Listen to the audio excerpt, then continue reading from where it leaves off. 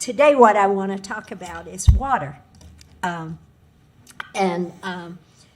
to build on some things I've said before, you guys already know that we live on indigenous land since ancient times. And the thing that drew the Paleo-Indians here was water. People settle where there is water. And any of you who have ever pulled an arrowhead out of the banks of Hogtown Creek know what I'm talking about. And yes, it's possible to do that for sure. So I want to remind you that the creeks are the blood, the lifeblood of Gainesville.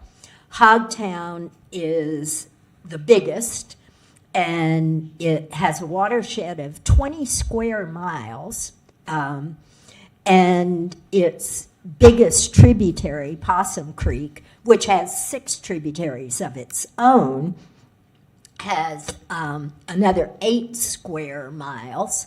So the creeks are the heartbeat and the lifeblood of Gainesville.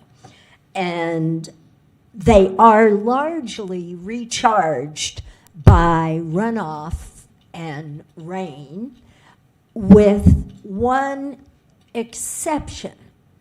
Inside the city of Gainesville, there are 2 major springs. And I've already spoken to you about one of them, Bulwer Springs, and I know that working on Bulwer Springs is part of the agenda for the next year for the commission. Bulwer Springs does not run into the creek system. It generally runs into Hale Sink because of where its position is. But our other major spring, Glen Springs, does in fact run into Hogtown Creek. Glen Springs does recharge Hogtown. So I want to talk to you about Glen Springs today. Glen Springs is a place where the Paleo-Indians settled, and it's another one of those places where you can pull some arrowheads right out of the surrounding area if you can get down there. And it's been used by the locals in the city of Gainesville as a recreation area since 1854.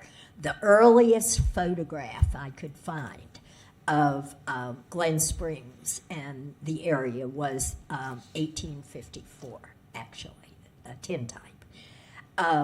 So it has been considered Gainesville Spring ever since before the city was chartered.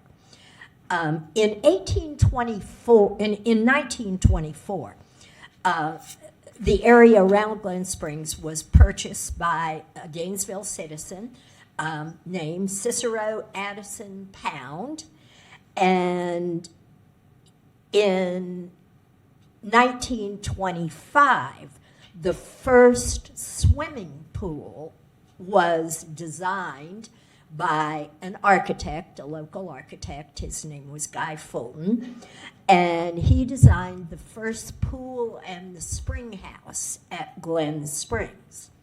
By 1940, there were 3 pools on the property, and until 1966, when Westside Pool was open, the Glen Springs pool was the only public swimming pool in Gainesville.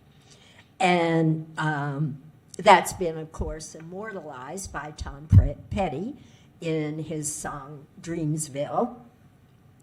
But in 1970, the City Commission took an act that essentially killed the Glen Springs pool.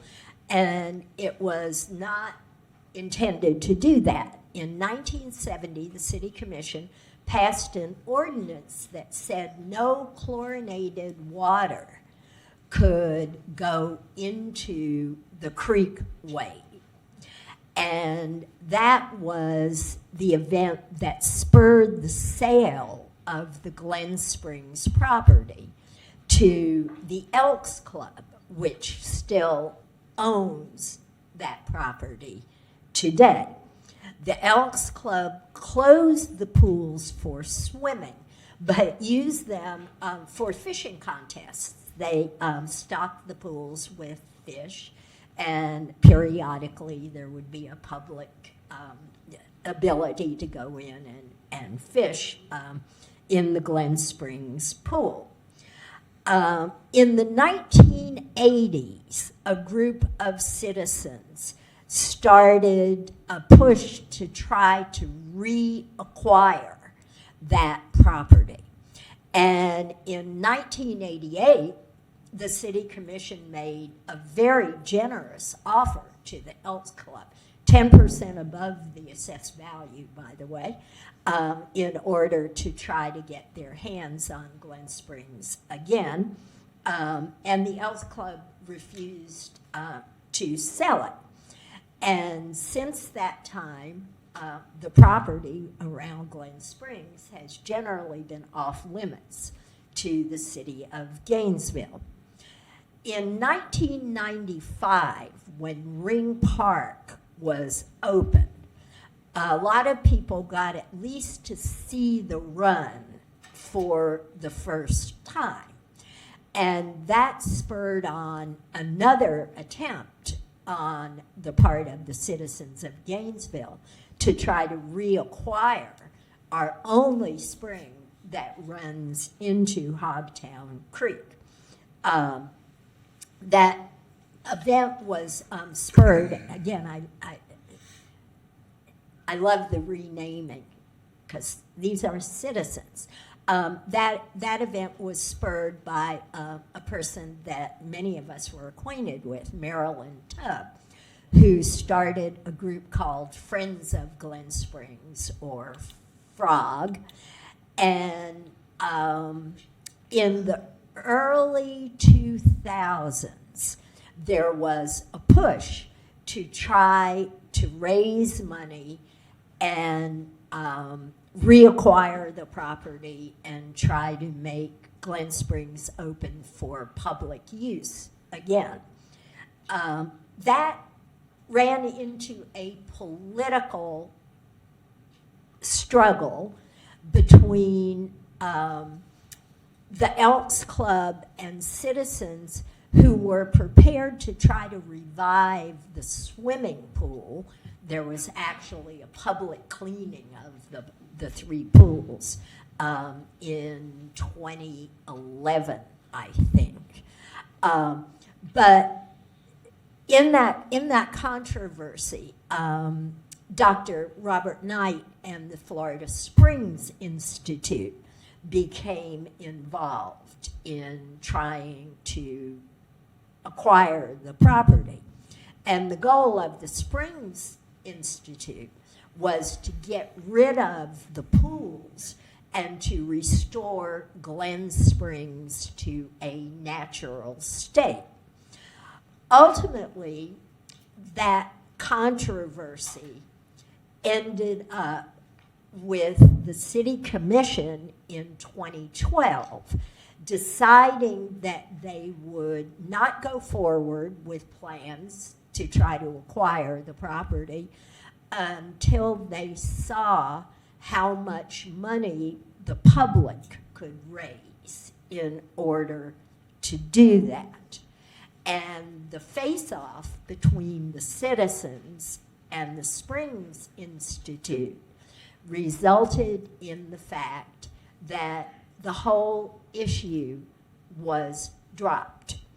And if you look this up on Wikipedia, you will see that the last sentence in the Wikipedia entrance is from 2012 to 2023. Nothing has been done about Glen Springs. So I give you the history, and I remind you that it's still out there.